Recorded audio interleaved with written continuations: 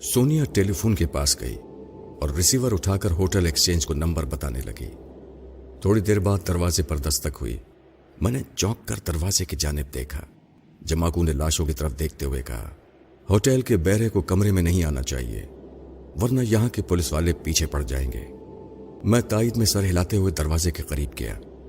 फिर दरवाजा खोलने से पहले मैंने पूछा, कौन है? पुलिस, दरवाजा खोलो। मैंने घबरा कर सोनिया और जमाकू की तरफ देखा। उन दोनों के चेहरे जर्द पड़ गए थे।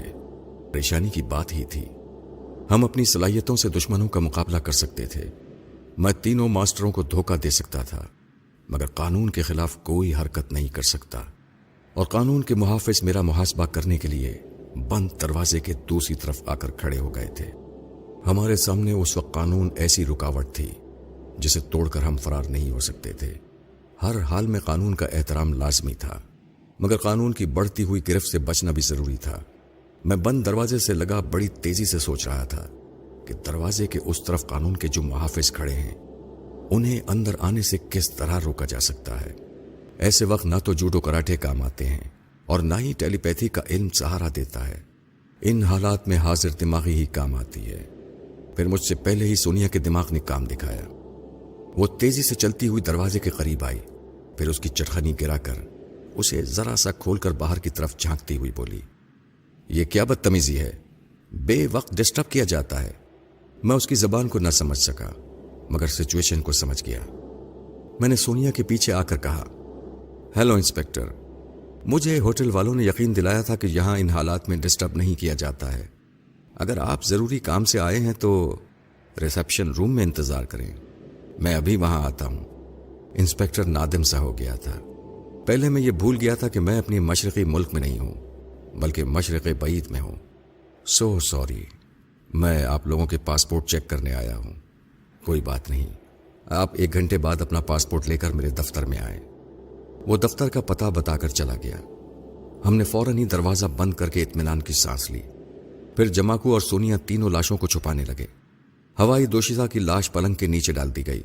मास्टर यूशे की लाश को वॉशरूम में छुपा दिया गया और डोंकी की लाश को बड़ी सी अलमारी में खड़ा करके उसके पट बंद कर दिए गए। फिर जमाकू एक कपड़ा भिगो कर लाया और कालीन पर से खून के धब्बे साफ करने लगा। थोड़ी देर में कमरा बिल्कुल साफ हो गया। अब होटल के बहरे भी वहां आकर ये मालूम नहीं कर सकते थे कि हम 3 जिंदा इंसानों के अलावा वहां 3 मुर्दे भी मौजूद हैं। तकरीबन 15 मिनट बाद मास्टरों का एक खास मातहत हमारे कमरे में आया। सोनिया ने उससे मेरा तारुफ कराया। फरहाद, इनसे मिलो, ये मिस्टर मैकी हैं। इस जजीरे में हमारे ग्रोह के तकरीबन 30 आदमी इनके मातहत काम करते हैं। बज़ाहिर इनके पास इख्तिदार की कुर्सी नहीं है, लेकिन हकीकतन पूरे जजीरे पर इनकी हुकूमत है। यहां का बड़े से बड़ा बदमाश इनके सामने सर नहीं उठा सकता, और कानून को तो ये जेब में रखकर घूमते हैं। उसने मुसाफे के लिए हाथ बढ़ाया। मैंने मुसाफा किया तो पता चला कि वो फौलादी इंसान है। उसने जानबूझकर मेरे हाथ को पूरी कुव्वत से दबाया था, ताकि पहली ही मुलाकात में मैं उसका लोहा मान लूं। सोनिया ने कहा, मिस्टर मैकी, ये मिस्टर फरहाद हैं, ये हमारे साथ। मैकी ने हाथ उठाकर कहा, मिस्टर फरहाद तारीफ के मोहताज नहीं हैं। इस दुनिया के जितने मुमालिक में हमारे ग्रोह के जितने आदमी काम कर रहे हैं, उन सब के पास मिस्टर फरहाद की तस्वीर और उनके कारनामों की तफसीलात पहुंचा दी गई है। मुझे इनसे मिलने की ख्वाहिश थी, मगर अभी मिलकर मैं खुशी का इजहार नहीं कर सकता, क्योंकि मास्टर यूशे की मौत हम सब के लिए एक नाकाबिले बर्दाश्त सानिया है। मुझे बताओ कि मास्टर की लाश कहाँ है? सोनिया उसे वॉशरूम की तरफ ले गई। मैं सोफे पर आराम से बैठकर अपने बदन को इधर से उधर तापने लगा। बदन की चोटें अब तक ताज़ा थीं। जमाकू ने मेरे करीब आकर बड़ी शर्मिंदगी से कहा, मिस्टर फरहाद, मुझे अफसोस है, मैंने दुश्मन बनकर आप पर हाथ उठाया था। आप आराम से पलंग पर लेट जाएं। मेरे घर में जड़ी बूटियों से बनी हुई एक बहुत ही ज़ूद असर दवा है। उसकी मालिश की जाए तो हड्डियों का दर्द भी दूर हो जाता है। मैं अभी जाकर ले आता हूं। मैंने उसे जाने की इजाज़त दे दी। उसके जाने के बाद मैकी वॉशरूम से बाहर आया। वो सोनिया से मकामी ज़बान में मास्टर की मौत के सिलसिले में सवालात कर रहा था।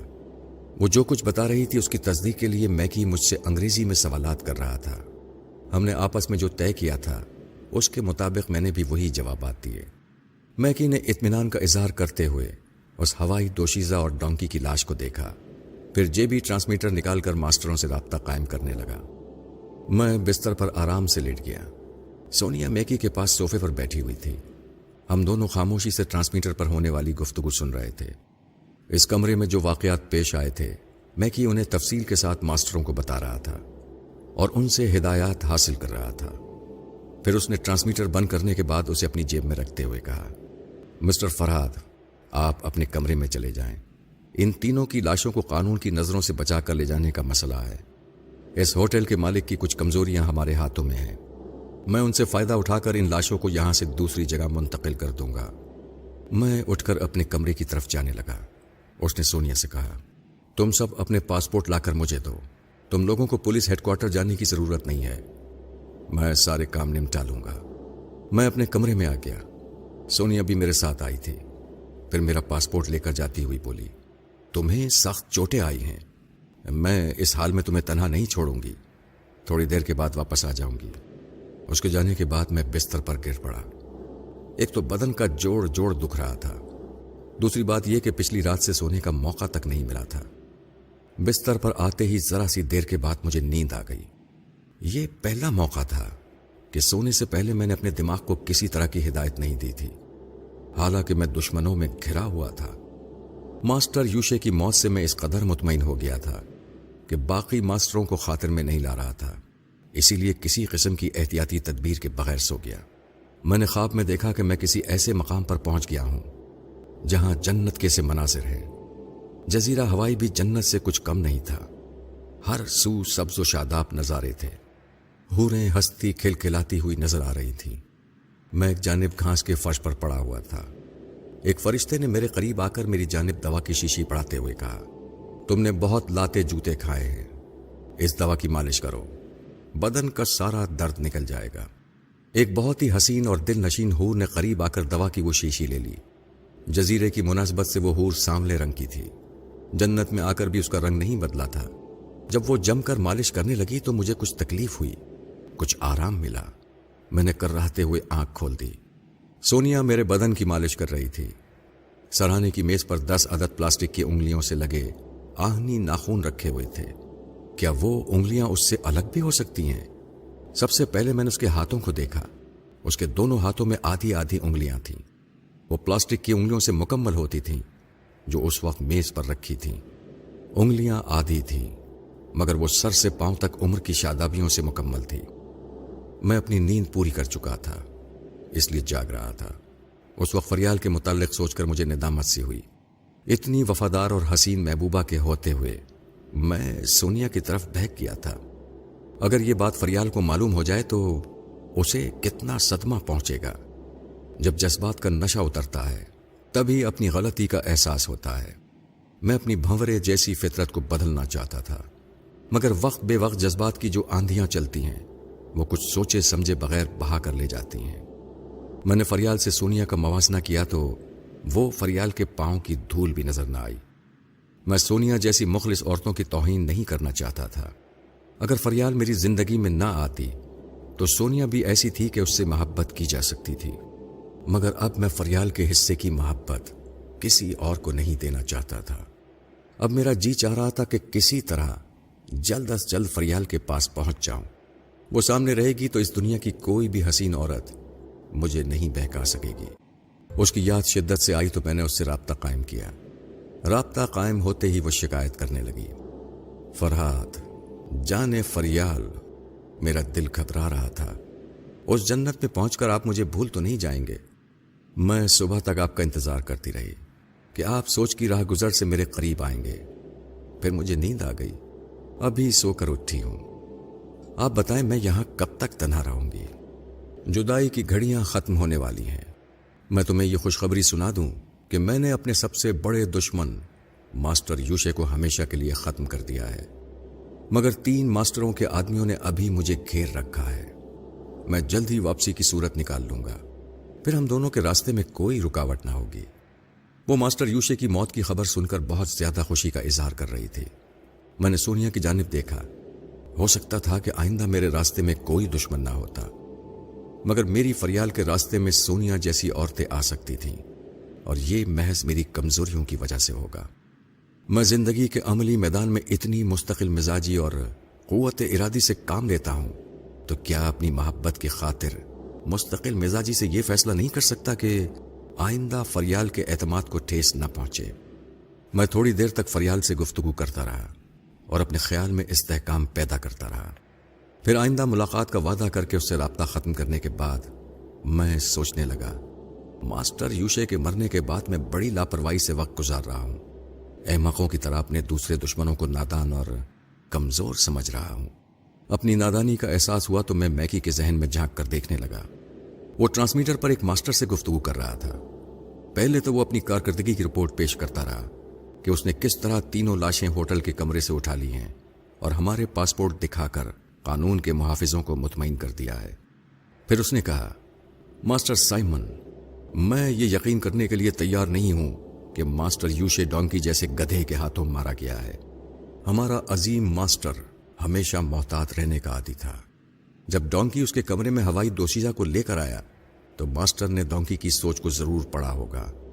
کہیں وہ کسی قسم کی سازش تو نہیں کر رہا ہے، کیونکہ ہماری طرح ماسٹر یوشے بھی ڈونکی پر اعتماد نہیں کرتا تھا۔ اوور۔ اس کے بعد ماسٹر سائمن کی آواز سنائی دی، میں تمہاری باتوں کو سمجھ رہا ہوں، مگر تم فرحات کے متعلق ایسی باتیں کر کے حماقت نہ کرو۔ کیا فرحات ٹیلی پیتھی کے ذریعے اس وقت ہماری گفتگو نہیں سن رہا ہوگا؟ نہیں ماسٹر، میں تھوڑی دیر پہلے فرحات کے کمرے میں گیا تھا۔ اس کمرے کی دوسری چابی میں نے ہوٹل والوں سے حاصل کر لی تھی۔ پہلے تو میں نے دروازے پر ہولے سے دستک دی، جب جواب نہ ملا تو میں دروازہ کھول کر اندر چلا گیا۔ وہ گہری نیند سو رہا تھا۔ میں اس کی طرف سے اطمینان کرنے کے بعد ہی آپ سے گفتگو کر رہا ہوں۔ الو کا پٹھا، میں نے دل ہی دل میں کہا۔ جس وقت وہ کمرے میں چپکے سے آیا ہوگا اس وقت میں سو نہیں رہا تھا، فریال کی دنیا میں پہنچا ہوا تھا۔ اس نے ٹھیک ہی کہا تھا کہ ایسے وقت ساری دنیا بھلا دی جاتی ہے۔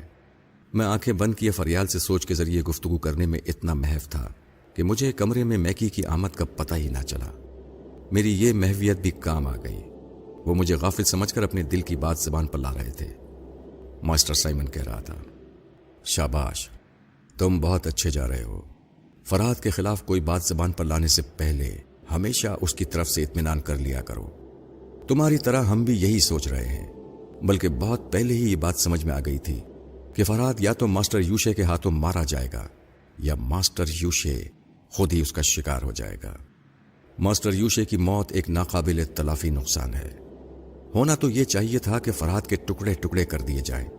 ہم اسے اس کی سزا ضرور دیں گے، لیکن موت کی سزا نہیں دیں گے، کیونکہ وہ بہت کام کا آدمی ہے۔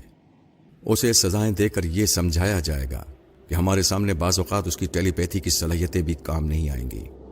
اس کی سلامتی اسی میں ہے کہ وہ ہمارا مطیع و فرما بردار بن کر رہے۔ آج رات کو لانچ اس جگہ پہنچ جائے گی۔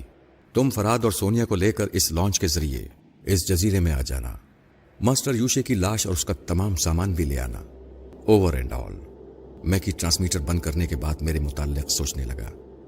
اس کی سوچ بتا رہی تھی کہ وہ میری صلاحیتوں سے خائف ہے۔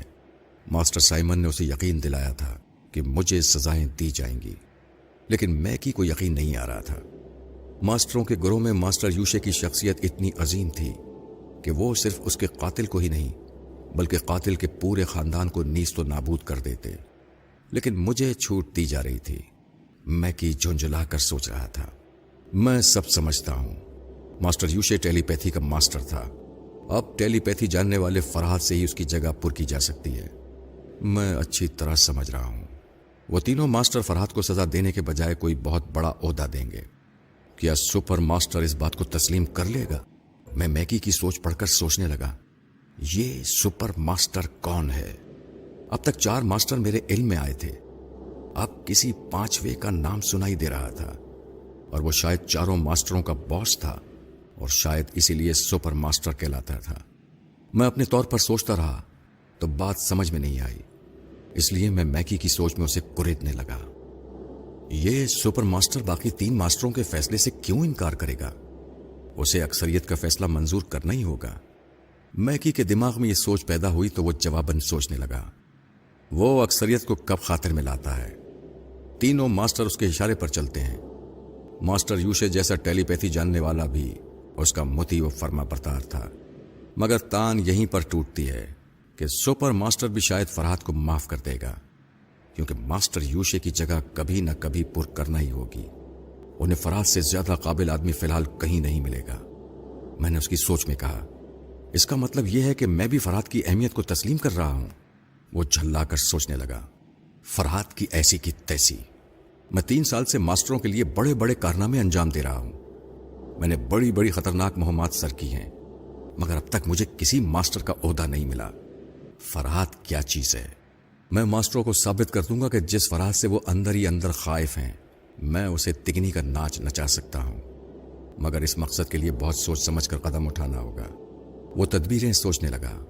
मैं बहुत देर उसके जहन में झांकता रहा, मगर उसे कोई उम्दा सी तदबीर नहीं सूझ रही थी।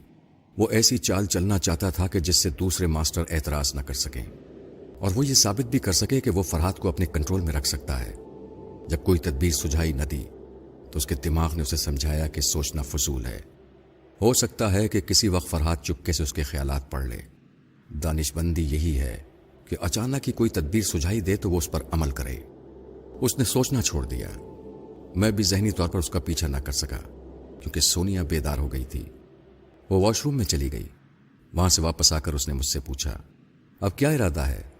क्या तुम जजीरा क्वाई जाकर मास्टरों के सामने अपनी सफाई पेश करोगे? इसके सिवा मैं कर भी क्या सकता हूं? यहां से फरार का कोई रास्ता हो तो बताओ। मैं क्या बताऊं? मैकी ने हमारे पासपोर्ट अपने पास रख लिए हैं। इसके बगैर तुम अपने मुल्क वापस नहीं जा सकोगे। मैंने लापरवाही से शाने उचकाते हुए कहा, जब फरार का कोई रास्ता नहीं है तो अपनी मजबूरियों का मातम करना फजूल है। क्यों ना हम हंसते खेलते आने वाली मुसीबतों का इस्तकबाल करें। चलो हम बाहर चलते हैं। मैं तुम्हारी रहनुमाई में देखूंगा कि ये जजीरा कितना खूबसूरत है। मैं नहाने और लिबास तब्दील करने वॉशरूम में चला गया। जिंदगी की धूप में दौड़ते दौड़ते हालात ने सिखा दिया कि परेशान होने से कभी कोई मसला हल नहीं होता। मैं की मौके की ताक में था, और मैं भी मौके पर हाजिर दिमागी से काम लेना जानता हूं। जो होगा देखा जाएगा। तफरीह के जो लम्हात मैसर हो रहे हैं उन्हें जाया नहीं करना चाहिए। मैं एक बेहतरीन सूट पहनकर तैयार हो गया। सोनिया भी गजब ठा रही थी। हम कमरे से बाहर आए तो कॉरिडोर में मैकी से मुलाकात हो गई। वो हमारी ही तरफ आ रहा था। जब उसे पता चला कि हम तफरीह की गरज से बाहर जा रहे हैं तो उसने एतराज किया, मास्टर साइमन का हुक्म है कि आप लोग बाहर न जाएं। आधी रात के बाद मैं तुम दोनों को जजीरा क्वाई पहुंचा दूंगा। मैंने उसके शाने को बड़े प्यार से थपकते हुए कहा, मिस्टर मैकी, आधी रात के लिए अभी 10 घंटे बाकी हैं। अपने मास्टर से कह देना कि मैं कैदी बनकर रहने का आदी नहीं हूं। मेरा जवाब सुनकर उसका चेहरा गुस्से से सुर्ख हो गया। उसकी सोच कह रही थी कि फरहाद को अपना एक फौलादी हाथ जमाओ ताकि ये सारी अकड़ भूल जाए। मैंने उसकी सोच में उसे समझाया, नहीं, मुझे अपना गुस्सा जब्त करना चाहिए। अगर मैंने यहां फरहाद की पिटाई की तो ये बात मास्टरों की मर्जी के खिलाफ होगी। अभी इसे ढील देना चाहिए। उसने हमारे रास्ते से हटते हुए कहा, अगर तुम खुद को सुपरमैन समझते हो तो फिर जाओ। मास्टरों से हुक्म उदूली का नतीजा तुम्हारे सामने आ जाएगा। मैंने सोनिया की कमर में हाथ डाला और सीटी पर एक अंग्रेजी धुन बजाता हुआ आगे बढ़ गया। हम होटल की एक कार किराए पर हासिल करके उस हरे भरे जजीरे की सैर करने निकल गए।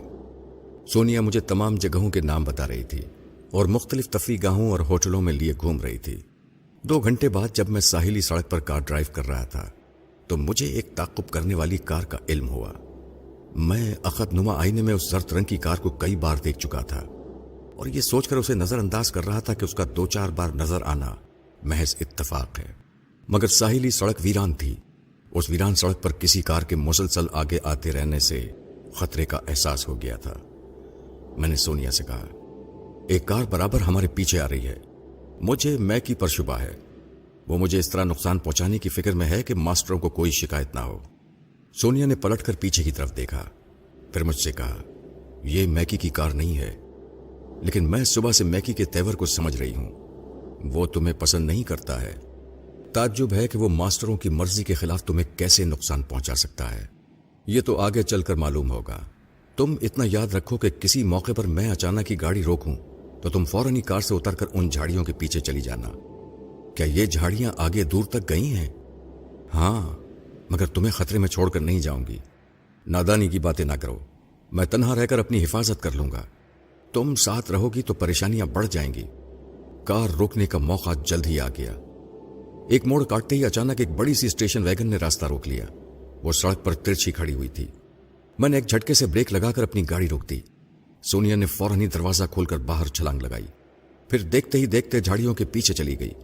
सामने वैगन का दरवाजा खोलकर तकरीबन 6 हट्टे कट्टे नौजवान बाहर आए। पीछे वो जर्द रंग की कार आकर रुक गई थी। उसमें से भी 4 पहलवान नुमा बदमाश निकलते हुए नजर आए। वो सब खाली हाथ थे।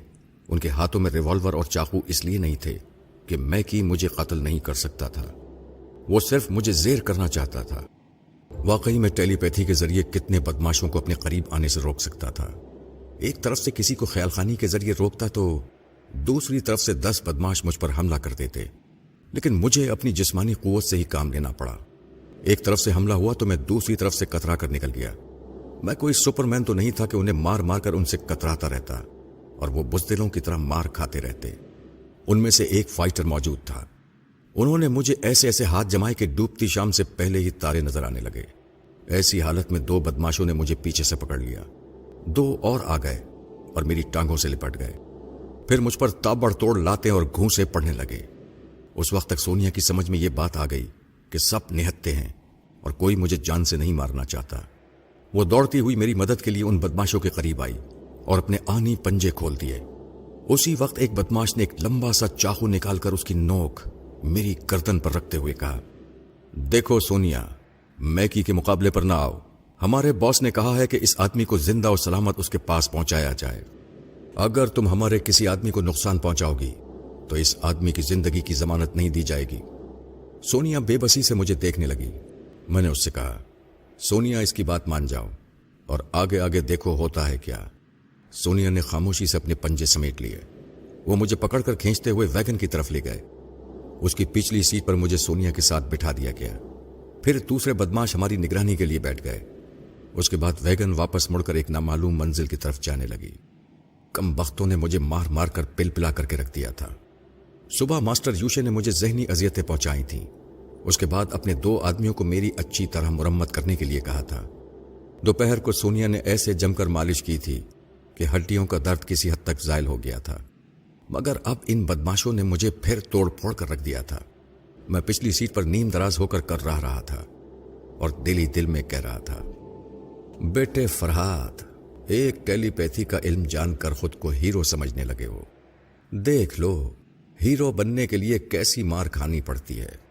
तुम पाकिस्तानी कहानियों के हीरो तो नहीं हो जो माफूकुल फितरत होता है, जो अपने मुल्क के बाहर नगरी नगरी घूमता है और हर जगह नामवर बदमाशों की फौज को निहत्ता होकर मारता पीटता और नीज तो नाबूद करता गुजर जाता है। अब ये मारधाड़ वाली हकीकतें सामने आ रही थी तो मैं अपनी सलाहियतों के बावजूद मार खाता जा रहा था। अब मेरे पढ़ने वाले मुझे बुज़दिल समझें या मजबूर समझें या हालात का तकाजा समझें, बहरहाल मुझ पर जो बीती है मैं उसे आप बीती में जरूर पेश करूंगा। सोनिया मेरे पास बैठी हुई मेरा सर सहला रही थी। उसे आसपास बैठे हुए बदमाशों पर गुस्सा आ रहा था, मगर वो भी हालात से मजबूर थी। मेरी मदद नहीं कर सकती थी, सिर्फ मेरा सर सहलाकर खामोशी से मुझे तसल्लियां दे सकती थी। मैं बदमाशों की मौजूदगी में उससे खुलकर बातें नहीं कर सकता था, लिहाजा सोच के जरिए कहने लगा, सोनिया, तुम यहां के तमाम इलाकों से वाकिफ हो। जरा सड़कों से बाहर देखती रहो कि ये किन रास्तों से गुजर रहे हैं। सोनिया ने भी सोच के जरिए कहा, मैं देख रही हूं और समझ भी रही हूं। ये मैकी के खुफिया अड्डे की तरफ जा रहे हैं। जब गीदड़ की मौत आती है तो वो शहर की तरफ भागता है। मैकी भी शायद जिंदगी से बेजार हो गया है, इसीलिए वो मेरी तरफ बढ़ा आ रहा है। ये कहते ही मैं तकलीफ से कर्राहने लगा। मार खा खा कर अधमुआ होने के बावजूद मैं इसी खुशफहमी में था कि मेरे बजाय मैकी की मौत आएगी। पता नहीं वो कमबख्त मेरे साथ किस तरह पेश आने वाला था। 20 मिनट के बाद वो गाड़ी एक बहुत बड़ी कोठी के इहाते में पहुंचकर रुक गई। वो मैकी की रिहाइशगाह थी। वो मुझे कोठी के अंदर एक ड्राइंग रूम में लेकर आए। उस कमरे की सजावट देखकर मेरी आंखें खुली की खुली रह गईं। वो जदीद तर्ज के कीमती सामान से ऐसा आरास्ता था कि आराइश के हर सामान पर नजरें जमकर रह जाती थी। किसी शहजादे का महल भी ऐसा ना होगा।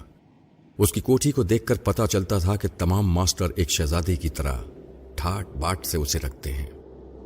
वहां से हमें एक दूसरे बड़े हॉल में पहुंचा दिया गया। वो हॉल सामान से बिल्कुल खाली था। ऐसा मालूम हो रहा था कि फ्री स्टाइल लड़ने के लिए उस हॉल को खाली रखा गया है। एक तरफ ऊंचे से स्टेज पर एक नीम दायरे में घूमती हुई बड़ी सी मेज थी। उसके पीछे रिवॉल्विंग चेयर पर मैकी शाहाना अंदाज में बैठा हुआ था। सामने मेज पर एक बड़ा सा ट्रांसमीटर रखा हुआ था। उसने मुझे देखते ही कहा, फरहाद, मैं तुमसे कह चुका था कि आज रात तुम्हें मास्टरों के सामने पेश किया जाएगा, मगर अभी तुम सोनिया के साथ फरार होने की कोशिश कर रहे थे। मैं सोनिया के साथ तफरीह के लिए निकला था, मगर वो मुझ पर फरार होने का झूठा इल्जाम लगा रहा था। मैं जवाबन कुछ कहना चाहता था, मगर मुझसे पहले ही सोनिया जंगली बिल्ली की तरह हुर्रा कर कहने लगी। वो अपनी जबान में कह रही थी, इसलिए मैं उसकी बातें नहीं समझ सका। मैगी ने उसके जवाब में मुस्कुराते हुए कहा, सोनिया, हम सब तुम्हारी बड़ी इज्जत करते थे और बड़े एहतराम से तुम्हें मादाम कहते थे, मगर तुमने फरार होने में फरहाद का साथ देकर हमारे एतमाद को ठेस पहुंचाई है। एक बदमाश ने आगे बढ़कर कहा, बॉस, ये फरहाद को हमारी गिरफ्त से आजाद करने के लिए अपनी आहनी पंजे खोलकर खड़ी हो गई थी। अगर मैं फरहाद की गर्दन पर चाकू रखकर इसे मार डालने की धमकी न देता तो यह हमें बहुत ज्यादा नुकसान पहुंचाती, क्योंकि हम सब निहत्ते थे। आपका हुक्म था कि फरहाद को जानी नुकसान न पहुंचाया जाए। फिर भी एहतियातन मैंने एक चाकू रख लिया था जो वक्त पर काम आ गया। मैकी ने ट्रांसमीटर की तरफ घूम कर कहा, मास्टर साइमन, मैंने इसीलिए ट्रांसमीटर को ऑन रखा है कि आप सारी बातें खुद ही सुन लें। मैंने अपने आदमियों को समझा दिया है कि फरहाद को जानी नुकसान न पहुंचाएं, क्योंकि आप इसे जान से नहीं मारना चाहते। और यह है कि सर चढ़ता जा रहा है। इसने मादाम सोनिया को भी अपनी तरफ कर लिया है। अगर इसे इसी तरह ढील दी गई तो यह रफ्ता रफ्ता हमारे काम के आदमियों को अपने मकसद के लिए इस्तेमाल करना शुरू कर देगा। मैं आपसे पहले ही अर्ज कर चुका हूं कि आप फरहाद को पूरी तरह मेरे कंट्रोल में दे दें। यह टेलीपैथी के जरिए ज्यादा से ज्यादा मुझे पागल बना देगा, मगर मैंने ऐसे इंतजाम कर लिए हैं कि मेरे पागल बनने के बाद भी मेरा असिस्टेंट इसे ऐसी जहनी अजियतें पहुंचाएगा कि ये एक हकीर कीड़े की तरह जमीन पर घिसटता हुआ आपके कदमों तक पहुंचेगा। फिर कभी आपकी मर्जी के बगैर अपनी टेलीपैथी के इल्म को काम में नहीं लाएगा। अब आप बताएं कि मुझे क्या करना चाहिए। मैकी के कानों में हेडफोन नहीं लगा था। ट्रांसमीटर का स्पीकर अलहदा मेज पर रखा हुआ था। वहां से उभरने वाली आवाज को हम सब सुन रहे थे। मास्टर साइमन कह रहा था, मैकी, हम सब मास्टर तुम्हारी जहानत और तुम्हारी सलाहियतों का एतराफ करते हैं। फरहाद को एक कुत्ते की तरह अपना वफादार बनाने के लिए हमने ऐसे इंतजामात किए हैं कि वो हमेशा हमारे कदमों में लौटता रहेगा। हम इस जजीरे में इसका बेचैनी से इंतजार कर रहे हैं। हमारा ख्याल था कि वो शराफत से यहां चला आएगा, मगर वो तुम्हें परेशान कर रहा है। तुम्हें पूरी आजादी दी जाती है कि इस खबीस को जिस तरह कंट्रोल करते हो करते रहो, और जिस तरह मुमकिन हो आज रात इसे इस जजीरे में पहुंचा दो। सिर्फ इस बात का ख्याल रखो कि वो जिंदा हमारे पास आए, खा वो जिंदा होते हुए भी मुर्दों से बदतर क्यों ना हो। सोनिया को भी तुम्हारे हवाले किया जाता है। Over and all. मैं सोच रहा था कि अपनी सफाई में कुछ कहूंगा, मगर मास्टर साइमन ने ओवर एंड ऑल कहकर राब्ता खत्म कर दिया। मैं मास्टर साइमन से दिमागी राब्ता भी कायम कर सकता था। फिर मेरे दिमाग ने समझाया कि फायदा क्या होगा, क्योंकि उनकी बातों से पता चल चुका था कि वो मुझे एक कुत्ते की तरह वफादार बनाने के लिए मुझे जहनी अजियतें पहुंचाने के इंतजामात बहुत पहले से कर चुके हैं। ये तो मुझसे कभी हो नहीं सकता कि मैं जिंदगी के किसी मोड़ पर उनके लिए कुत्ता बन जाऊं। इन हालात में मैं इज्जत की मौत मर सकता था। जिल्लत से झुकना मैंने सीखा ही नहीं था। मास्टर साइमन से इजाजत मिलने के बाद मैकी मुझे फखरी अंदाज में देखकर मुस्कुरा रहा था। यह उसके लिए बहुत बड़ा एजाज था कि बहुत बड़े कातिल को उसके हवाले किया गया था। उसे मास्टरों के सामने साबित करने का मौका मिल गया था कि फरहाद और उसकी टेलीपैथी का इल्म उससे ज्यादा खतरनाक नहीं है। उसने अपने आदमियों से कहा, इन दोनों को चैम्बर में ले जाओ। वो किस चैम्बर का जिक्र कर रहा था मुझे नहीं मालूम था, लेकिन सोनिया खौफ से जर्द पड़ गई थी। वो हमें धक्के देकर उस हॉल से बाहर ले जा रहे थे। सोनिया बार बार मुझे देख रही थी। उसकी सोच कह रही थी, फरहाद, निकल भागने की कोशिश करो। उस चैम्बर में जाने के बाद कोई जिंदा बाहर नहीं आता। मैं किस तरह भाग निकलने की कोशिश करता। मेरे बदन का जोड़ जोड़ दुख रहा था। यूं लग रहा था जैसे जगह जगह से हड्डियां चटक गई हों। मैं किसी से लड़ने की पोजीशन में नहीं था, क्योंकि वहां भी 10 अदद बदमाश आगे पीछे चल रहे थे। मेरे टूटने फूटने के बावजूद वो सब मुझसे मोहतात थे। शायद मैकी ने उन्हें मेरे मुताल्लिक अच्छी तरह समझा दिया था। मैंने बेबसी से सोनिया की जानिब देखा तो वो बिल्कुल ही मायूस हो गई। हम एक तवील राहदारी से गुजर रहे थे जहां कुछ अंधेरा सा फैल रहा था। कोठी के आखिरी सिरे पर एक कमरा था। जब वो उस कमरे में हमें ले जाने लगे तो सोनिया खुद ही बच निकलने की कोशिश करने लगी। वो अचानक ही अपने आसपास वालों की गिरफ्त से निकलकर मुकाबले के लिए जरा दूर जाकर खड़ी हो गई। चश्मे ज़दन में उसके आंधी नाखून बाहर निकल आए। उन नाखूनों को देखते ही बदमाश उससे कतराने लगे। वो सिर्फ उसके नाखूनों से खौफजदा नहीं थे बल्कि बारहा उसके लड़ने का तमाशा भी देख चुके थे। मैं लड़ने में उसका साथ तो नहीं दे सकता था मगर अपने इल्म को काम में ला सकता था। वो बदमाश फिर चाकू खोलकर खड़ा हो गया था। मुझे चाकू की नोक पर रखकर सोनिया को लड़ने से बाज रखना चाहता था। मैंने फौरन ही उसे ज़हनी झटका पहुंचाया। वो एकदम से लड़खड़ाता हुआ पीछे चला गया। चाकू उसके हाथ से गिर पड़ा क्योंकि अब वो दोनों हाथों से अपने सर को थाम रहा था। मैंने चाकू उठाकर जोर से कहा, कोई मेरे करीब ना आए। सोनिया मुझे खुद अपनी हिफाजत आप करते देखकर पूरे फॉर्म में आ गई और इधर से उधर उछल उछल कर हमले करने लगी। बदमाशों की पूरी फौज तितर बितर हो रही थी। कोई उसके करीब जाने की हिम्मत नहीं कर रहा था। वो जिसके करीब भी गई वो आनी नाखूनों की जद में आकर लहूलुहान हो गया था। कुछ बदमाश भागते हुए मैकी के पास चले गए थे। जरा सी देर में मैकी अपने 4 आदमियों को लेकर राहदारी में पहुंच गया। उनके हाथों में स्टेन गनें थीं। उसने चीख कर कहा, हॉल्ट! सोनिया रुक जाओ। मास्टर ने फरहाद को मारने की इजाजत नहीं दी है मगर ये स्टेन गनें तुम्हें भून कर रख देंगी। सोनिया अपने पंजे मोड़ने पर मजबूर हो गई। वो उल्टे कदमों मेरे पास आकर मायूसी से बोली, अब मैं क्या कर सकती हूं? मैंने उसके शाने पर हाथ रखकर नरमी से कहा, कुछ न करो, खुद को हालात पर छोड़ दो। मैकी ने स्टेन गन वालों के साथ आगे बढ़ते हुए कहा, शाबाश फरहाद, तुम समझदार आदमी हो। जाओ अब अपनी इस जंगली बिल्ली को लेकर उस कमरे में चले जाओ। मैं सोनिया का हाथ पकड़कर उस कमरे के दरवाजे तक आया। पहले वो उस कमरे के अंदर जाने से हिचकिचा रही थी मगर मेरे हाथ ने उसके हाथ को थामकर बड़ा हौसला दिया। मर्द का हाथ थामकर औरत जहन्नुम में भी चली जाती है। वो मेरे साथ कमरे के अंदर आ गई। फिर दरवाजा अंदर से बंद हो गया। कमरे के अंदर पहुंचकर पता चला कि हम किसी बर्फ खाने में चले आए हैं। पहले तो उस चैम्बर में दाखिल होते वक्त मुझे बहुत अच्छा लगा क्योंकि बाहर की गर्म हवा से गुजर कर आए थे। वहां पहुंचकर यूं लगा जैसे हम खुले हुए फ्रिज के सामने खड़े हो गए हैं। मगर फ्रिज का दरवाजा बंद होते ही हम सर्द जहन्नुम में पहुंच गए। ऐसी गजब की ठंडक थी कि हमारे जिस्म कपकपा उठे। मैं परेशान होकर चारों तरफ देखने लगा। वो अकलौता दरवाजा बाहर से बंद था। खिड़कियां कहीं नहीं थीं। एक ही छोटा सा वेंटिलेटर था ताकि घुटन का एहसास ना हो। मैंने आगे बढ़कर उस दरवाजे पर जोर आजमाई की। मेरे झटके देने से दरवाजे पर जमी बर्फ झड़ने लगी मगर वो खुला नहीं। सोनिया की कपकपाती हुई आवाज सुनाई दी, अब हमें मौत आकर ही यहां से निकाल सकेगी। वो आगे कुछ न बोल सकी क्योंकि शदीद सर्दी के बायस उसके दांत कटकटा रहे थे। मेरा भी यही हाल था। होंठ सख्ती से बंद करने के बावजूद दांत अंदर ही अंदर बज रहे थे। फिर मैंने बड़ी मुश्किल से कहा, इस तरह खड़े रहने से हम पर भी बर्फ जमने लगेगी। हमें कुछ ना कुछ करते रहना चाहिए। फिर हम दोनों अपनी टांगों पर उछलने लगे। चैम्बर के एक सिरे से दूसरे सिरे तक दौड़ने लगे। हमारे अंदर बराए नाम हरारत सी पैदा हुई मगर हमारे बदन के चारों तरफ जैसे बर्फ का तूफान था। ऐसा लगता था कि हमें मनो बर्फ के तले दफन किया जा रहा है। बदन में हरारत पैदा ना हो सकी मगर हम थक कर हाँफने लगे। आखिर हम कितनी देर तक दौड़ सकते थे और उछल सकते थे। वो निढाल सी होकर मेरे पास आई और मेरे करीब ही आकर लेट गई। जरा हाँफने से फुर्सत मिली तो वो मुझसे अलग हो गई। उसने अपने दोनों हाथों के आहनी नाखून उतारकर फर्श पर फेंक दिए। फिर अपने पैरों पर उछलते हुए उसने मेरे मुंह पर एक घूंसा रसीद किया। मैं भी टांगों पर उछलते हुए और पैंतरे बदलते हुए जवाबी हमले करने लगा। हम दोनों दोस्त थे मगर जिंदगी में ऐसे मोड़ भी आते हैं जहां दोस्त बनकर दुश्मनों की तरह एक दूसरे को अजियतें पहुंचाना पड़ती हैं। वो जमकर हमले कर रही थी और मुझ पर कराटे के करारे हाथ जमा रही थी।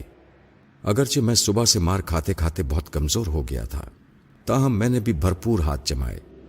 काफी देर तक लड़ते रहे, फिर थक हार कर गिर पड़े। लड़ने का भी कोई खातिर खा नतीजा नहीं निकला। हमारे बदन में चंद सेकंड्स के लिए हरारत पैदा हुई, उसके बाद फिर कुल्फी जमने लगी। वो मेरे सामने जमीन पर पड़ी हुई हाँफ रही थी और रो रही थी। میں نے اس سے کہا، تمہاری جیسی دلیر عورت کو رونا نہیں چاہیے. مجھے اپنی دلیری کو آزمانے کا موقع نہیں ملا، اس لیے رونا آ رہا ہے. وہ مجھ سے بہت کچھ کہنا چاہ رہی تھی، مگر ٹوٹی پھوٹی انگریزی میں اس سے زیادہ کچھ نہ کہہ سکی. میں اسے تسلیاں دینے لگا، لیکن ایسی تسلیوں سے کیا حاصل ہو سکتا تھا جبکہ ہمارے سامنے نجات کا کوئی راستہ نہیں تھا. ویسے مجھے یقین تھا کہ میکی مجھے جان سے نہیں مارے گا. ایک خاص درجہ انجماد تک مجھے ذہنی اور جسمانی اذیتوں میں مبتلا کر کے میری ہمت کو پست کر دے گا، میری قوت ارادی کو کمزور بنا دے گا. ہاں، مجھے یقین تھا کہ میں اس چیمبر سے زندہ نکالا جاؤں گا، مگر مردوں سے بھی بدتر ہو جاؤں گا. ایک حقیر دشمن بھی مجھے ٹھوکر مارے گا تو میں اس کے جواب میں ہاتھ پاؤں تک نہیں ہلا سکوں گا، اور سونیا تو شاید اس سرد جہنم کے عذاب کو برداشت ہی نہ کر سکے. اس کی حالت سے ظاہر تھا کہ وہ کانپتے کانپتے ہمیشہ کے لیے سرد پڑ جائے. میں اسے گھور کر دیکھنے لگا. میں نے محسوس کیا کہ اس کے بدن کی کپکپاہٹ میں کمی آتی جا رہی ہے. وہ جلدی سے اٹھ کر بیٹھ گئی. تو تم مجھے اسی طرح دیکھتے رہو. مجھے اپنے اندر ایک عجیب سی حرارت محسوس ہو رہی ہے. اس کی باتوں نے مجھے چونکا دیا. کیا مصیبت ہے! ایسے جان لیوا حالات میں میں اپنی صلاحیتوں کو بھول گیا تھا. دراصل صبح سے میکی نے مجھے اپنی صلاحیتوں کو آزمانے کا موقع نہیں دیا تھا. اسی لیے ایسی اذیتیں اٹھاتے وقت ٹیلی پیتھی کے ابتدائی مراحل کو وقتی طور پر بھول گیا تھا. ابتدائی مرحلہ یہ تھا کہ میں یہ علم سیکھنے کے لیے اپنے سامنے رکھی شمع کی لو کو گھورتا رہتا تھا. کئی ماہ کی مشقوں کے بعد اس جلتی ہوئی لو کی حرارت میرے دماغ اور میرے جسم میں سرایت کرنے لگی تھی. میرے پڑھنے والوں کو یاد ہوگا جب پہلی بار ٹرین کا سفر کرتے وقت میں سردی محسوس کر رہا تھا تو میں نے اپنی دونوں ہتھیلیوں پر نظریں گاڑ دی تھیں. ذرا سی دیر کے بعد سوچ کی حرارت کے ذریعے میری ہتھیلیوں تک حرارت پہنچ گئی. پھر وہ گرمی میرے سارے بدن کے رگ و پے میں دوڑنے لگی. اس وقت وہی عمل میں نے سونیا پر کیا. اس کے سامنے پلتھی مار کر بیٹھنے کے بعد اس کی آنکھوں میں آنکھیں ڈال کر سوچ کے ذریعے حرارت پہنچانے لگا اور بھاری بھرکم آواز میں کہنے لگا، سونیا، تم میری آنکھوں میں دیکھتی رہو گی اور میری نگاہوں کی حرارت محسوس کرتی رہو گی.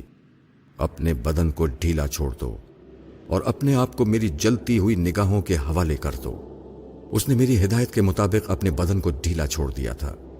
میں تنویمی عمل کے دوران خود کو بھی پرسکون محسوس کر رہا تھا، کیونکہ جو حرارت میں اسے پہنچا رہا تھا پہلے وہ میرے دماغ میں پیدا ہوتی تھی، پھر نگاہوں کے ذریعے سونیا کی طرف خارج ہوتی تھی اور سوچ کے ذریعے اسے متاثر کرتی تھی. وہ ماسٹر دانیال جو آگ کے شعلوں میں کھیلتا ہے، دشمن کو آگ کے جہنم میں جلا کر راکھ کر دیتا ہے اور اپنی ان صلاحیتوں کی بنا پر آگ کا دیوتا کہلاتا ہے. اگر وہ اس وقت مجھے دیکھ لیتا تو اس کی حقیقت کو سمجھ لیتا، کیونکہ وہ صرف اس آگ کو جانتا تھا جو دوسروں کو جلاتی ہے. اس آگ سے ناواقف تھا جو زندگی کے نام پر انسان کے اندر روشن رہتی ہے. ہم انسانوں نے زمین پر حکومت کی، سمندروں کو تسخیر کیا، آسمان کی بلندیوں پر چاند ستاروں پر کمند پھینکی، بڑے بڑے طوفانوں کے رخ موڑ دیے اور اپنی عبادت اور ریاست سے آگ کو گلزار بنا دیا. خدا ہر انسان کو موقع دیتا ہے کہ وہ جد و جہد کے ذریعے اس مقام تک پہنچ جائے جہاں نمرود اور ماسٹر دانیال کی آگ سرد پڑ جاتی ہے اور اس کے اندر زندگی کے حرارت بخش شعلے پیدا ہو جاتے ہیں. اس وقت وہی آگ میرے اور سونیا کے اندر روشن ہو گئی تھی. برف خانے کی سردی کا دور دور تک پتہ نہیں تھا. ہم فرش پر جہاں بیٹھے ہوئے تھے وہاں آس پاس کی برف پگھل کر ہم سے دور بہہ گئی تھی. دور جا کر وہ پانی پھر جم رہا تھا. جب ہمارے اندر کافی حرارت پہنچ گئی تو میں نے میکی کے ذہن میں جھانک کر دیکھا. وہ کسی کمرے میں اس مشین کو آپریٹ کر رہا تھا جس کے ذریعے اس کمرے میں برف جم گئی تھی. میں چاہتا تو بہت پہلے ہی اس کے ذہن میں ہلچل مچا کر اس کے 12 بجا سکتا تھا، مگر پھر بھی میں یہاں سے آزادی حاصل نہیں کر سکتا تھا. وہ ایسے لوگوں کو مشین آپریٹ کرنے کے لیے بھیج دیتا جنہیں میں نے کبھی دیکھا نہیں تھا اور جن کے دماغ تک میں پہنچ بھی نہیں سکتا تھا. اسی لیے میں بڑے تحمل سے سرد جہنم کا عذاب برداشت کرنے کے لیے یہاں چلا آیا تھا، مگر اس جہنم کو بھی اپنے اور سونیا کے لیے جنت بنا چکا تھا. اس وقت اس نے مشین بند کر دی تھی اور اب چیمبر کی طرف کا دروازہ کھول کر ہماری خیریت معلوم کرنے آ رہا تھا. میں نے سونیا سے کہا، اب بے ہوش ہو جانے کی اداکاری کرو، وہ لوگ ہماری طرف آ رہے ہیں. हम दोनों अपनी जगह से उठकर उस जगह पर आ गए जहां ज्यादा बर्फ जमी हुई थी। वहां पहुंचकर हम लेट गए और हाथों से बर्फ उठाकर अपने ऊपर डालने लगे। अब फिर नाकाबिले बर्दाश्त सर्दी लग रही थी। जिस हरारत से हम लुत्फ अंदोज हो चुके थे वो अब ज़ायल हो गई थी। सोनिया ने आहनी नाखूनों को अपने हाथों में चढ़ाते हुए कहा, मैं बेहोश होने की अदाकारी नहीं कर सकती। जिस्म को साकत करने के बावजूद कपकपी तारी रहती है। मैंने उसे मशवरा दिया कि वो खड़ी होकर उछलती कूदती रहे। चूंकि बदमाशों ने पहले ही मुझे तोड़ फोड़ कर रख दिया है, लिहाजा मैं बेहोश हो जाता हूं। वो लोग यही समझेंगे कि मुझ में उछलने कूदने की सकत नहीं थी। लिहाजा मैं सर्दी बर्दाश्त न कर सका और बेहोश हो गया हूं। मैंने जो सोचा था वही हुआ। जब मैकी अपने आदमियों के साथ दरवाजा खोलकर अंदर आया तो सोनिया को टांगों पर उछलते कूदते देखकर हैरान रह गया। मैंने मैकी की सोच में उसे यही बात समझाई कि सोनिया एक अच्छी फाइटर है। घंटों लड़ते रहने और दौड़ते रहने के बावजूद थकन महसूस नहीं करती।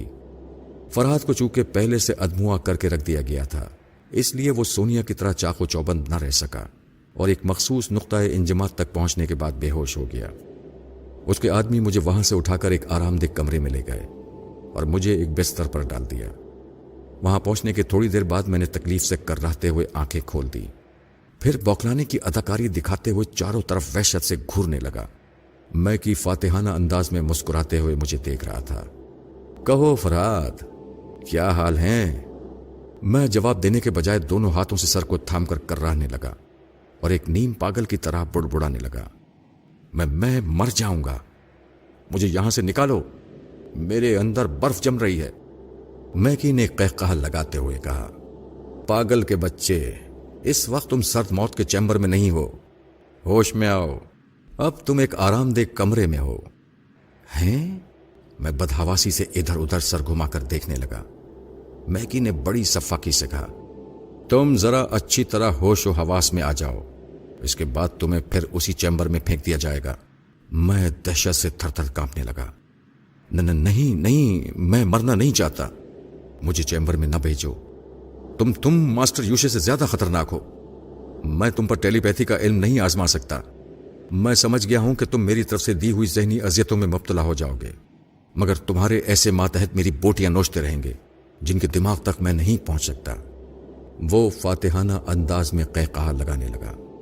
फरहाद, तुम वाकई समझदार हो। जब से तुम्हें चैम्बर में भेजा गया है, मैं इसी इंतजार में था कि टेलीपैथी के जरिए मुझे पागल बनाओगे। मैं जहनी तौर पर मफलूज होने के लिए बिल्कुल तैयार बैठा हुआ था। मैं ऐसा जिद्दी आदमी हूं कि जिस बात का तहिया कर लेता हूं, उसे अंजाम तक पहुंचाने के लिए जानबूझकर मौत को भी दावत देता हूं। मगर तुम वाकई समझदार हो। तुमने मुझे जहनी अजियतों में मुब्तला करने की फजूल सी कोशिश नहीं की। अब जबकि तुम एक कमजोर चूहे की तरह सर चैम्बर के चूहेदान में आ गए हो, तो मैं तुम्हारे साथ जरा नरमी से पेश आऊंगा, मगर इतनी नरमी से नहीं कि तुम फिर फरार होने की कोशिश करो। मैंने सहमे हुए अंदाज में हाथ हिलाते हुए कहा, नहीं, अब मैं फरार होने के मुताल्लिक सोच भी नहीं सकता। तुम्हारे आदमियों ने मुझे इस काबिल नहीं छोड़ा है कि मैं बगैर सहारे के चल भी सकूं। मैं तुम्हारे रहमो करम पर हूं। तुम जो कहोगे मैं उससे इनकार नहीं करूंगा। मुझे यह सुनकर खुशी हुई। एक दोस्त की तरह हाथ मिलाओ। मैंने मुसाफे के लिए हाथ बढ़ाया। उसने मुसाफे के दौरान मेरे हाथ को पूरी कुव्वत से दबा डाला। मैं चीख कर उठ बैठा। उसे यकीन हो गया कि मैं जिस्मानी तौर पर बिल्कुल ही कमजोर हो गया हूं। उसने हंसते हुए कहा, सॉरी, मैं भूल गया था कि अब मैं एक ऐसे कमजोर कुत्ते से मुसाफा कर रहा हूं जो हमेशा हमारे कदमों में लौटता रहेगा। मुझे उसकी ये गाली भी बर्दाश्त करनी पड़ी। मैं खामखा गैरतमंद बनकर काम नहीं बिगाड़ना चाहता था। उसके सामने झुककर मैं उस हाथ को सहलाने लगा जो उसने अपनी दानिश में पीस कर रख दिया था। मैं चाहता था कि वो इसी तरह गलतफहमी में मुब्तला रहे। वो बहुत खुश नजर आ रहा था। खुशी की बात ही थी। इस गुरु का सबसे अजीम मास्टर यूशे मेरे हाथों परेशान रहता था और मेरे हाथों मारा गया था। दूसरे तमाम मास्टर मुझे नाकाबिल शिकस्त समझ रहे थे। ऐसे वक्त में मैकी ने मुझे शिकस्त देकर एक बहुत बड़ा एजाज हासिल कर लिया था। हो सकता है कि उसे मास्टर यूशे की खाली जगह भी मिल जाती, इसीलिए उसकी खुशी का कोई ठिकाना नहीं था। आधी रात तक मेरा बहुत ख्याल रखा गया। मुझे अच्छे से अच्छा खाना दिया गया। इंसान ताकत के सामने झुकता है। तुम्हारे लिए बॉस सबसे ज्यादा ताकतवर था। اس لیے تم سب اس کے سامنے جھکتے رہے، مگر اب فرحات اس سے زیادہ خود کو طاقتور ثابت کر رہا ہے۔ تم سب کی بہتری اسی میں ہے کہ اب فرحات کے سامنے جھکو یا پھر اپنے باس سے مار کھاتے رہو۔ ان میں سے 3 آدمی دور جا کر ایک طرف کھڑے ہو گئے۔ وہ میکی سے وفاداری کے نام پر خامخواہ اپنی جان نہیں دینا چاہتے تھے۔ میں نے میکی کے ذہن کو ذرا دیر کے لیے آزاد چھوڑ کر عرشے پر گرے ہوئے ریوالور کو اٹھایا۔ میکی ریلنگ سے ٹیک لگائے ہانپ رہا تھا اور بڑی بے بسی سے مجھے دیکھ رہا تھا۔ پھر میں اس کے دماغ کو کنٹرول کر رہا تھا۔ اب میرا ریوالور اسے روکے ہوئے تھا۔ تم مجھے توڑ پھوڑ کر ماسٹروں کے سامنے پیش کرنا چاہتے تھے، یہ ثابت کرنا چاہتے تھے کہ جس فرحات سے تمام ماسٹر خائف ہیں، تم نے اس کی خطرناک صلاحیتوں کے باوجود اسے پیس کر رکھ دیا ہے۔ اب بتاؤ کہ تمہاری یہ خوش فہمی تمہیں کس مقام پر لے آئی ہے؟ یہاں بھی تمہاری جسمانی طاقت بحال ہے، تمہارے یہ جان پر کھیلنے والے ماتحت تمہارے پاس ہیں۔ اب صرف تمہاری مجبوری یہ ہے کہ تم میرے اس ریوالور کے سامنے کچھ نہیں کر سکتے، مگر میں تمہیں بالکل ہی کمزور بنا کر نہیں مارنا چاہتا۔ یہ لو ریوالور۔ میں نے ریوالور اس کی طرف اچھال دیا۔ وہ اس کے قدموں کے پاس جا گرا۔ اسے فوراً ہی ریوالور اٹھا لینا چاہیے تھا، لیکن وہ ہچکچاتے ہوئے کبھی مجھے اور کبھی ریوالور کو دیکھنے لگا۔ میں نے حقارت سے کہا، دیکھتے کیا ہو، ریوالور اٹھاؤ۔ تمام ماسٹر تمہیں ناقابل شکست سمجھتے ہیں، میں نے بھی تمہیں ناقابل شکست بنانے کے لیے یہ ریوالور تمہیں دے دیا ہے۔ اسے اٹھاؤ اور فیصلہ کرو کہ کسے نشانہ بناؤ گے۔ اس نے آہستہ آہستہ جھکتے ہوئے ریوالور کو اٹھا لیا، مگر اس شہزور کے ہاتھ کانپ رہے تھے۔ وہ سمجھ رہا تھا کہ میں اس کی دماغی کیفیت کو پڑھ رہا ہوں، اور اب اس کا دماغی فیصلہ یہی تھا کہ وہ ماسٹروں کی مرضی کے خلاف مجھے مار ڈالے گا۔ اگر اس نے اس موقع سے فائدہ نہیں اٹھایا تو میں اسے مار ڈالوں گا۔ سامنے والا اتنی جلدی کون سی حرکت کرنے لگتا ہے، اسے فوری طور پر سمجھنے کے لیے آدمی دھوکہ کھا جاتا ہے، مگر سوچ کی لہریں ایک ایک پل کی حرکتوں کو سمجھا دیتی ہیں۔ میں سمجھ رہا تھا کہ اس کی انگلی کس وقت ٹریگر کو دبا دے گی۔ جیسے ہی وہ لمحہ قریب آیا، ویسے ہی میں نے میکی کے ٹارگٹ کو بدل دیا۔ اس کا ہاتھ دوسری طرف گھوم گیا۔ گولی اس کے ماتحت کو لگی، جو سب سے زیادہ اس کا وفادار تھا۔ وہ عرشے پر گر کر تڑپ رہا تھا۔ دوسری طرف میکی کے ہاتھ بری طرح لرز رہے تھے۔ اس کی سمجھ میں آ گیا تھا کہ وہ بڑے بڑے جانباز ساتھیوں کو ساتھ رکھ کر اور بڑے بڑے خطرناک ہتھیاروں سے لیس ہو کر بھی میرا کچھ نہیں بگاڑ سکے گا۔ اپنے ہاتھوں اپنی ہی تباہی کا سامان کرتا رہے گا۔ میکی، اگر تمہاری سمجھ میں یہ بات آ گئی ہے کہ تم ایک چیونٹی سے بھی زیادہ حقیر ہو تو ریوالور اپنے آدمیوں کی طرف پھینک دو۔ میکی اپنے ہاتھ میں پکڑے ہوئے ریوالور کو بے بسی سے دیکھ رہا تھا۔ اپنی ہتھیلی پر اتنا خطرناک ہتھیار رکھنے کے باوجود وہ بزدل، کمزور اور قابل شکست تھا۔ اس نے ہچکچاتے ہوئے کہا، میں تمہاری ذہانت اور تمہاری صلاحیتوں کو تسلیم کرتا ہوں۔ تم بہت گریٹ ہو، مجھ سے دوستی کرو، مجھ سے زیادہ وفادار تمہیں کوئی دوسرا نہیں ملے گا۔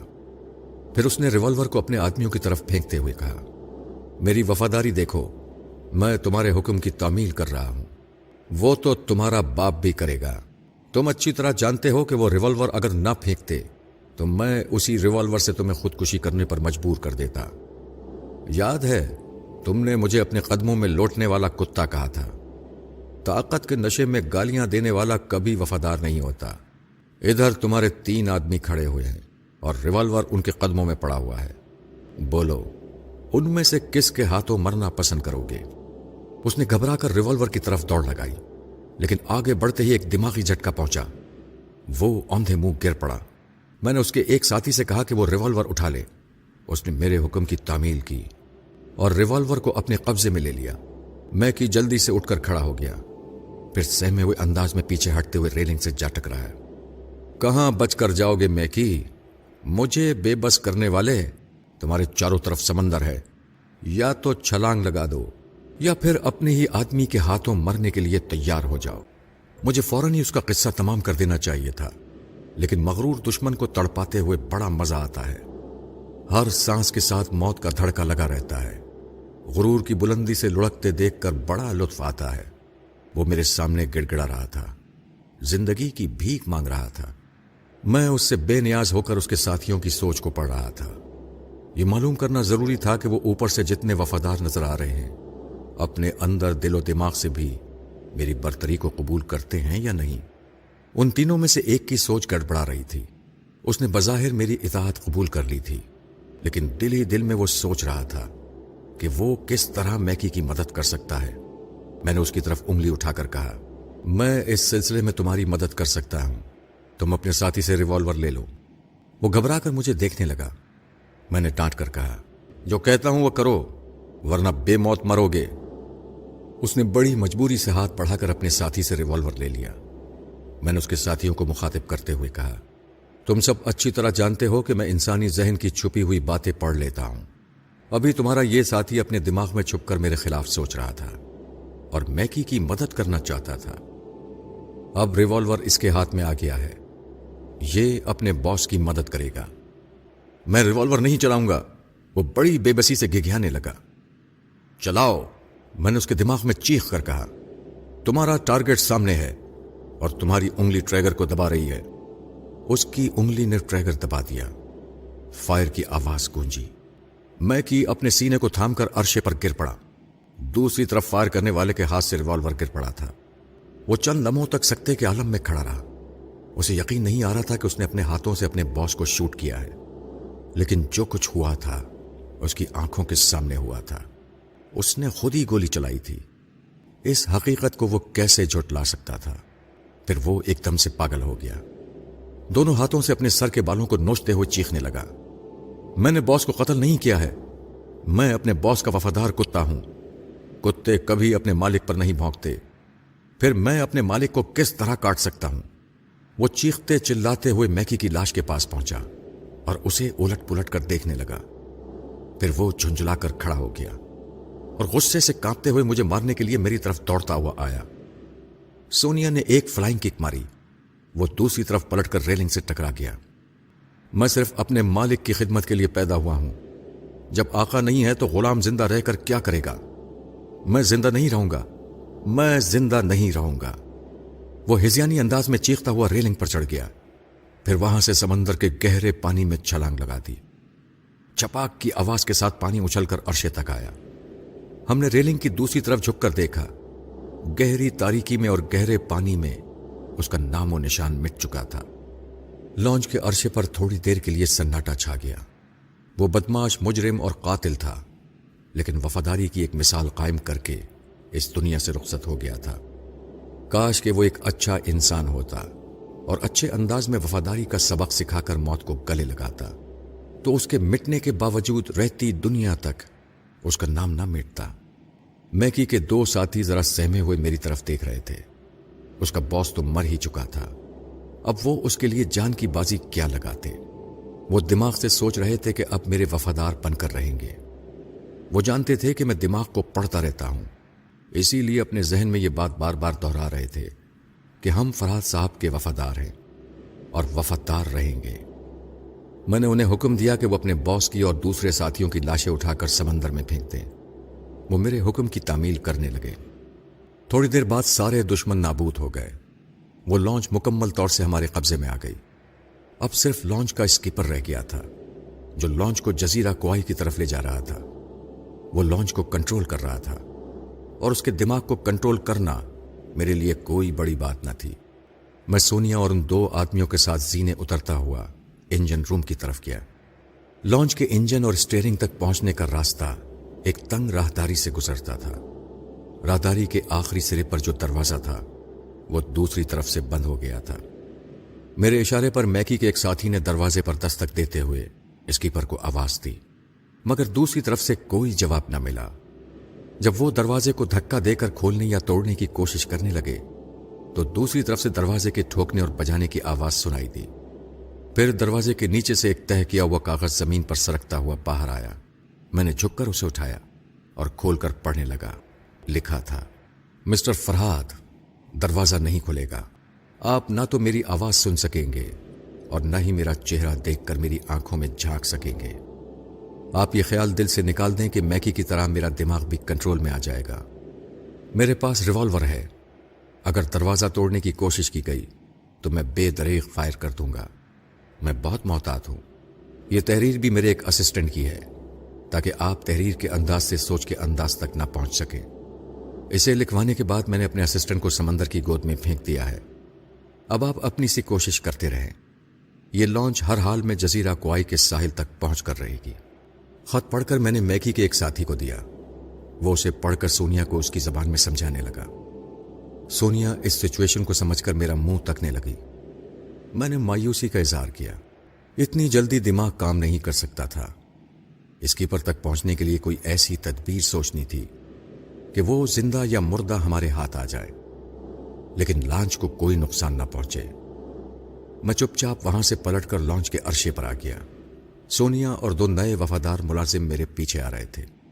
میں نے ایک ملازم کو انجن روم کے دروازے کی طرف واپس بھیج دیا تاکہ وہ نگرانی کرتا رہے اور اسکیپر کو کسی طرح بولنے پر مجبور کرتا رہے.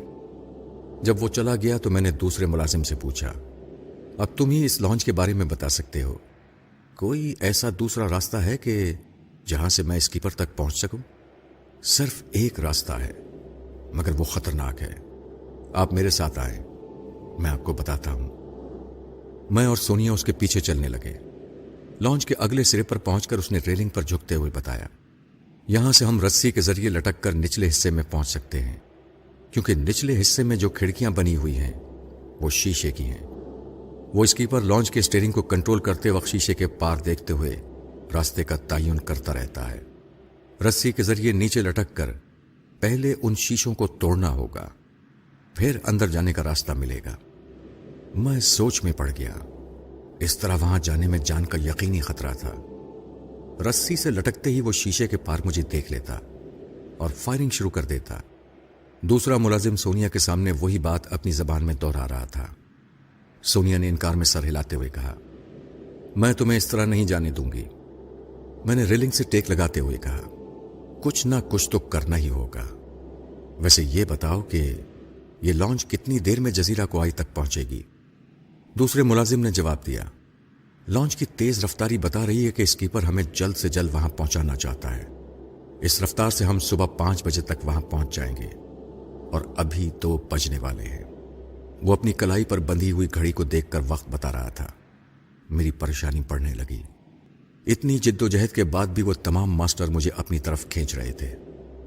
پچھلے دنوں میں نے جیسی ذہانت اور صلاحیتوں کا مظاہرہ کیا تھا اس کا مکمل ریکارڈ ان کے پاس موجود تھا. اس کے پیش نظر تمام ماسٹر بہت زیادہ محتاط تھے. تمام ماسٹروں کا ذکر کرنا فضول ہے کیونکہ میں ماسٹر دانیال اور ماسٹر سائمن کے دماغ سے اب بھی کھیل سکتا تھا. اصل آدمی چوتھا ماسٹر تھا جس کی خفیہ پلاننگ سے یہ سب کچھ ہو رہا تھا. اس چوتھے گونگے ماسٹر نے مجھے جزیرے تک بلانے کے لیے صرف میکی پر اعتماد نہیں کیا تھا. اس کے پس منظر میں اسکیپر کو بھی چھپا کر رکھا تھا کیونکہ وہی ناخدا تھا, وہی ڈبو سکتا تھا, وہی پار لگا کر جزیرے تک پہنچا سکتا تھا. اس وقت میری سمجھ میں کچھ نہ آیا تو میں اس آدمی کے ذہن میں جھانکنے لگا جو انجن روم کے دروازے پر پہرا دینے گیا تھا. وہ بند دروازے کے پاس کھڑا ہوا کشمکش میں مبتلا تھا. ایک طرف وہ سوچ رہا تھا, اسکیپر بڑی دانشمندی سے کام لے رہا ہے. فرحات کبھی اس کے دماغ کو کنٹرول نہیں کر سکے گا. اگر اس نے جزیرہ کوآئی پہنچا دیا تو میں غدار کہلاؤں گا. اگر میں نے اسکیپر کو بولنے پر مجبور نہ کیا اور اس کا اعتماد حاصل کر لیا تو غداری کے الزام سے بچ جاؤں گا. اس کی دوسری سوچ نے کہا, یہ بھی تو سوچو کہ فرحات کیسا چال باز ہے. دوپہر سے آدھی رات تک بیمار اور کمزور بن کر میکی جیسے شاطر کو بے وقوف بناتا رہا. اس وقت بھی وہ مجبور اور بے بس نظر آ رہا تھا. مگر مجھے میکی کی طرح بے وقوف نہیں بننا چاہیے. یہ ٹیلی پیتھی جاننے والا جزیرے تک پہنچتے پہنچتے بھی کوئی زبردست چال ضرور چلے گا. پھر وہ سوچتے سوچتے گھبرا گیا کہ وہ ایسی دوہری باتیں کیوں سوچ رہا ہے. فرحات ضرور اس کی سوچ کو پڑھ رہا ہوگا. یہ سوچتے ہی اس نے اپنے دونوں کان پکڑ لیے اور سوچ کے ذریعے منت و سماجت کرنے لگا. فرحات صاحب, مجھے معاف کر دیجئے. میرے دل میں آپ کے لیے کوئی کھوٹ نہیں ہے. ہر انسان کو اپنی زندگی عزیز ہوتی ہے, اسی لیے مجھے بھی اپنی جان پیاری ہے. میں آپ کے پاس رہوں یا ماسٹروں کے پاس, میری جان سلامت رہنی چاہیے. جان رہے گی تو آخری دم تک اپنی جان کی حفاظت کرنے والے کے ساتھ وفاداری کرتا رہوں گا. تمہارا نام کیا ہے؟ میرا نام میگانا ہے. سنو میگانا, ہر شخص اپنی جان کے علاوہ دوسروں سے بیگانہ رہتا ہے. مجھے بھی اپنی جان پیاری ہے. میں تمہیں ایک ترکیب بتاتا ہوں. اس پر عمل کرو گے تو ماسٹروں کی نظروں میں بھی غدار نہیں بنو گے اور میرے وفادار بھی رہو گے. میں ضرور عمل کروں گا. تم دوہری چال چلو. دروازے سے لگ کر سرگوشیوں میں اسکیپر کو مخاطب کرو. اسے کہو کہ وہ جواباً کچھ نہ کہے. صرف اسے یقین دلاتے رہو کہ ابھی مجبوری کے باعث فرحت کے سامنے جھک گئے ہو. یعنی تم میرے خلاف باتیں کرتے رہو، اس کا اعتماد حاصل کرتے رہو. اس طرح شاید مجھے اس اسکیپر تک پہنچنے کا کوئی موقع مل جائے. وہ میری ہدایت پر عمل کرنے لگا. اسے مشورہ دینے کے باوجود ابھی تک میرے ذہن میں کوئی تدبیر نہیں تھی کہ وہ کس طرح ہاتھ آئے گا. اب میں جتنی اندھی چالیں چل سکتا تھا چل رہا تھا. ڈوبنے والے کو کنارہ نہ ملے تب بھی وہ ہاتھ پاؤں مار کر ڈوبنے سے بچنے کی کوشش کرتا رہتا ہے. تھک ہار کر بیٹھ جانے کا مطلب ہمیشہ کے لیے ڈوب جانا تھا. پھر میں سونیا کے ساتھ دوسرے کیبن میں آیا جو میکی کے لیے مخصوص تھا. وہاں ہم دونوں میکی کے سامان کی تلاشی لینے لگے. اس کیبن میں ماسٹر یوشے کا سامان بھی رکھا ہوا تھا. مجھے یاد آیا ماسٹر سائمن نے ٹرانسمیٹر پر میکی سے کہا تھا کہ وہ ماسٹر یوشے کی لاش اور اس کا سامان جزیرے میں لے آئے. سامان تو نظر آ رہا تھا مگر لاش نہیں مل رہی تھی. ماسٹر کی لاش یقیناً انجن روم کی طرف کہیں رکھی ہوگی. میں نے سونیا سے کہا تمہارے اندر سونگنے کی حیرت انگیز صلاحیت ہے. تم سونگ کر معلوم کرو کہ ماسٹر یوشے کی لاش کہاں رکھی گئی ہے. وہ کیبن سے باہر آ کر اور گردن اٹھا کر سونگنے لگی. میں اس کی حرکتوں کو غور سے دیکھ رہا تھا. وہ چاروں طرف گھوم گھوم کر سونگتی رہی. پھر مایوسی سے بولی مجھے ماسٹر کی بو نہیں مل رہی ہے. شاید اس کی لاش یہاں لانچ میں نہیں ہے. لاش ضرور ہوگی. میری سمجھ میں یہ بات آتی ہے کہ مرنے کے بعد انسان اپنے بدن کی حرارت اور اپنی مخصوص بو وغیرہ کھو دیتا ہے. یہ بات میں سمجھتی ہوں. دراصل ابھی میں ماسٹر کی مخصوص بو کو نہیں سونگ رہی تھی. ایک ایسی بو کو تلاش کر رہی تھی جو مردہ جسم سے خارج ہوتی ہے. ماسٹر یوشے اگر یہاں مردہ پڑا ہوا ہے تو اس مردے کی بو مجھے ملنا چاہیے تھی. پھر تو اس لانچ میں کہیں چھوٹا سا برف خانہ ہے یا پھر ماسٹر یوشے کی لاش برف میں دبا کر رکھی گئی ہے.